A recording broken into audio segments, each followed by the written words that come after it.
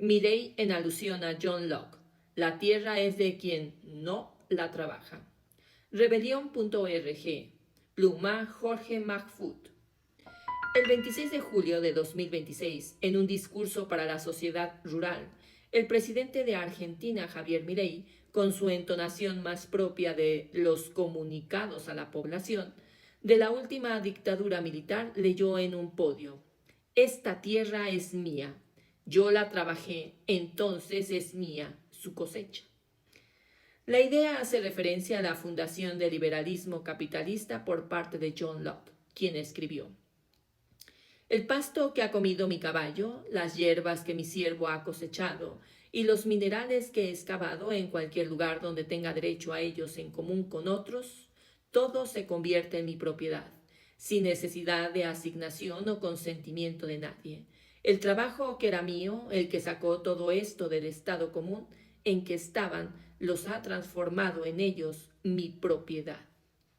Ni Locke, ni mucho menos Milley, trabajaron ninguna tierra apropiada, sino sus siervos, como el mismo Locke lo deja en claro. Pero esta fantasía fundadora de la privatización de las tierras comunales europeas primero y de todas las tierras nativas de América Latina, Asia y Asia, después le sirven de confirmación fanática para expropiar, matar y robar no solo el trabajo ajeno, sino sus tierras también. A continuación, un capítulo del libro Moscas en la telaraña, Historia de la comercialización de la existencia y sus medios, 2023. Hemos retomado esta idea en otro capítulo de nuestro último libro, Tawiskara, El secuestro de la democracia, donde mostramos y demostramos que el único ejemplo de democracia real, la nativo americana, fue posible por su ausencia de propiedad privada de acumulación. La misma idea y las mismas referencias publicamos en artículos en medios latinoamericanos, los cuales seguramente el presidente Milei no leyó ninguno. John Locke: la tierra es de quien no la trabaja. La concentración de tierra en menos manos produjo también la concentración de población en menos ciudades. En 1500, cuando Tenochtitlán, México, era una ciudad racionalmente planificada, higiénica, con un mercado intenso y su población ascendía a 400.000 habitantes, Londres era una ciudad sucia e insalubre, con apenas 60.000 habitantes. Para 1700 seguía siendo sucia e insalubre, o más que antes, y su población llegaba a 600.000. En 1890, en el apogeo del imperialismo global británico, llegó a 5.5 millones. Estos números esconden un factor fundamental. La precarización de la existencia en manos del mercado convirtió a dueños y arrendatarios estables en asalariados o arrendatarios inestables, ambos sujetos a las volátiles leyes del mercado. Nada volátiles para aquellos ocupados en el proceso de acumulación capital. Los desposeídos por la agresiva mercantilización de la tierra inglesa migraron a la gran ciudad como en el siglo XIX los esclavos liberados. Nuevos ciudadanos pero sin tierra.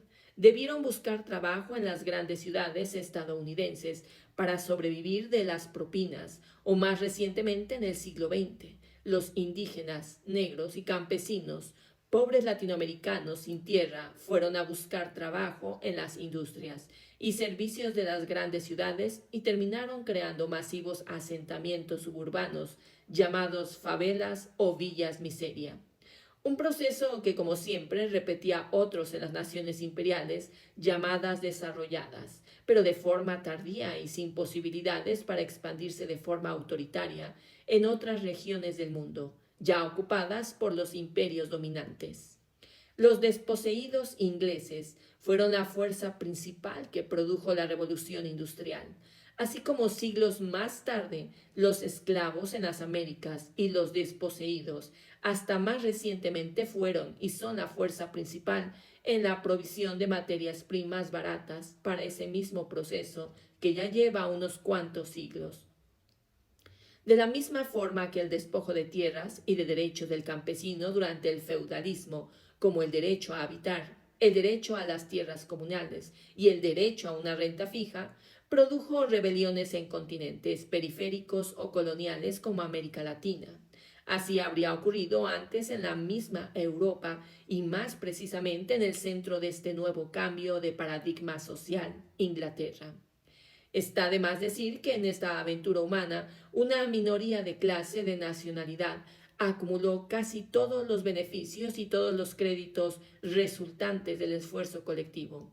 Como lo analizó la historiadora Ellen Good, solo los avances tecnológicos no fueron responsables por la llamada revolución agrícola, base de la industrialización posterior. Por otra parte, los cambios tecnológicos que iniciaron la revolución industrial fueron en todos los casos muy modestos. Hay que agregar que esos y otros avances tecnológicos ya estaban en marcha en India y Bangladesh, antes de ser destruidos por el luminoso imperio británico a fuerza de cañón, de leyes proteccionistas y de imposiciones mercantiles en nombre de un libre mercado estratégicamente destruido, en beneficio de la civilización europea. Del detalle de cientos de millones de muertos en el proceso hablaremos más adelante. El famoso político y escritor inglés Thomas More se consideraba a sí mismo uno de los desplazados por la privatización y concentración de la tierra. Como en muchos casos, el fenómeno estaba motivado por la expansión de los criadores de ovejas. More lo definió en su clásico libro Utopía como el proceso por el cual las ovejas se comen a los hombres. A fines del siglo XVIII, un nuevo invento reemplazará la lana y el lino por el algodón, el que ya era ampliamente usado en Asia. Como siempre, alguien de abajo pagará por ese nuevo progreso. En este caso serán los esclavos del sur de Estados Unidos. Primero, y a partir de 1836, los mexicanos, con la expansión de la esclavitud estadounidense y la pérdida de más de la mitad de su territorio. Finalmente, como lo observa la historiadora Ellen Good, el despojo y desalojo de los campesinos por la fuerza en Inglaterra fue legalizado por el Parlamento y luego legitimado como ley de la naturaleza y voluntad de Dios por intelectuales como John Locke. En su Second Treatise of Government, publicado en 1639 de forma anónima, Locke, no un desplazado sino un terrateniente, reflexionó sobre uno de los mayores temas de discusión de la época, el problema de la propiedad, operando una transición narrativa que justificó de forma insuperablemente efectiva el nuevo predominio de la propiedad privada sobre la propiedad comunal.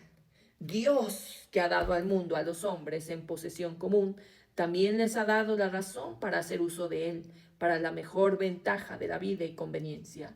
Todos los frutos que produce la naturaleza y las bestias que alimenta pertenecen a la humanidad en común. Ningún cuerpo tiene originalmente un dominio privado, exclusivo del resto de la humanidad, ya que están así en su estado natural. Sin embargo, al estar dados para el uso de los hombres, debe haber necesariamente un medio para apropiarse de ellos. La fruta o venado que alimente al indio salvaje, que no conoce cercado y es todavía un inquilino en común, debe ser suyo, y tan suyo, es decir, una parte de él, que otro ya no puede tener ningún derecho sobre él. Más adelante entiende la propiedad privada como aquello que el trabajo de un individuo ha agregado o sacado de la naturaleza.